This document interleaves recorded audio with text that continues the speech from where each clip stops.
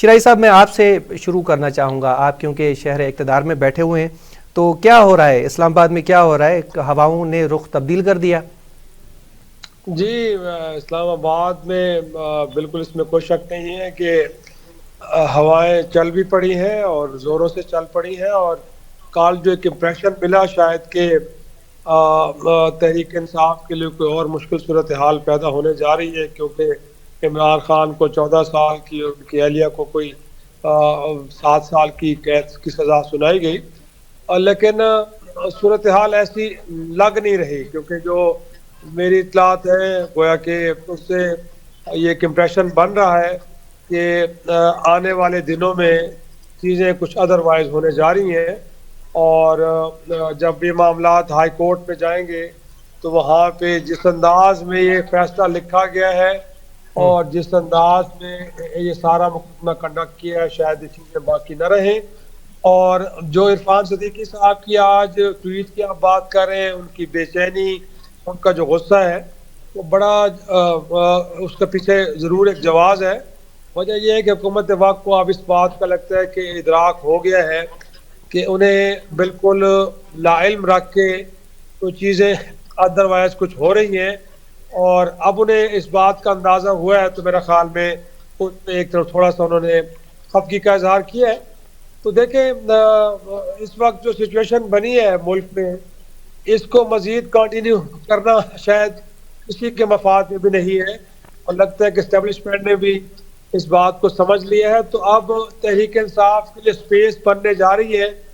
اور آپ کو معلوم ہے کہ جب یہ سپیس بنے گی تو سپیس کس کے لیے کم ہوگی؟ حکومتی ایوانوں میں بیٹھی جماعتوں کے لیے، تو یقینی طور پہ ان کے لیے اس طرح کا ریئیکشن دینا اور ان کی کیمپس کے اندر جو بے چینی اور بیزاری جو ہے، اس کے پیچھے ریزن یہی ہے۔ تو میں سمجھتا ہوں کہ آنے والے دنوں میں شاید حکومت وقت کو کچھ سرپرائزز ملنے جا رہے ہیں۔ شرائی صاحب، ایک آج جو صدیقی صاحب نے ٹویٹ کیا ہے کہ بھئی جو بات چیت ہوئی ہے آرمی چیف اور بیرسٹر گوہر کے درمیان، اس مکالمے کا بھی علم ہے۔ کل تک ہم دیکھ رہے تھے کہ عرفان صدیقی صاحب تردید کر رہے تھے، اور وہ بھی نرمی والی تردید نہیں، سختی والی تردید کر رہے تھے۔ اب انہوں نے 2 آپشن رکھ دیے ہیں پی ٹی آئی کے سامنے کہ بھئی اگر آپ کو ادھر مذاکرات کرنے ہیں تو آپ یہ والا جو مذاکرات سیشن ہمارے ساتھ کر رہے ہیں آپ ان کو چھوڑ دیں۔ تو کیا نون لیگ اس وقت مذاکرات سے پیچھے ہٹ رہی ہے، یا مشروط کر دیا ہے انہوں نے اسٹیبلشمنٹ سے مذاکرات نہ کرنے والے شرط پہ؟ دیکھیں، بنیادی طور پہ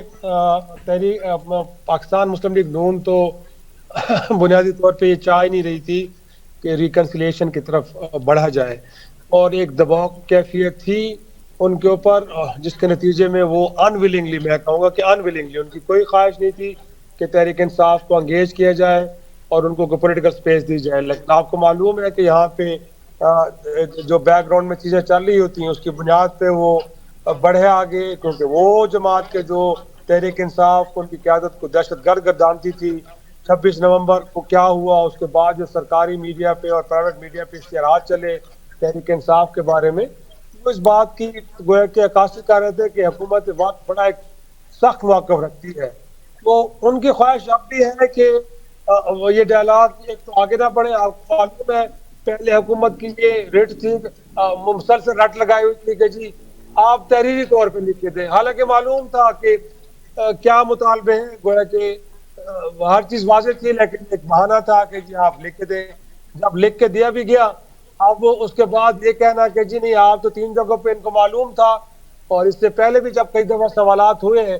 تحریک انصاف کی قیادت، تو انہوں نے کہا کہ جی بالکل اسٹیبلشمنٹ کی مرضی سے، منشا سے یہ سب کچھ ہو رہا ہے۔ اب کیوں اعتراض ہے؟ اعتراض اسی لیے ہے کہ وہ چاہ نہیں رہے کہ تحریک انصاف کو پولیٹیکل سپیس بنے۔ لیکن بہرحال جیسے میں نے کہا کہ ملک کی ایک بڑی جماعت ہے، تو اس کے پاس ایک بہت بڑا ووٹ بینک ہے، دوبارہ وہ سڑکوں پہ آئے گی تو مسائل پیدا ہوں گے۔ تو ایسے میں ملک کی اسٹیبلشمنٹ سمجھتی ہے کہ ان کو سپیس دیے بغیر ملک کے اندر سیاسی استحکام نہیں لایا جا سکتا۔ لہٰذا یہ جو ان کو سپیس دینے کا فیصلہ ہوا ہے، اس سے مسلم لیگ نون ڈسٹرب ہے، اور ظاہر سی بات اس ڈسٹربنس کے اندر اس طرح کی گفتگو اور اس طرح کی اسٹیٹمنٹس آ رہی ہیں۔ لیکن میرا نہیں خیال کہ اس سے وہ ایک دباؤ کی کیفیت بنانا چاہتے ہیں اور اس سارے عمل کو روکنا چاہتے ہیں، اس میں کامیاب ہوگی۔ میں نہیں سمجھتا کہ ایسا کر پائیں گے۔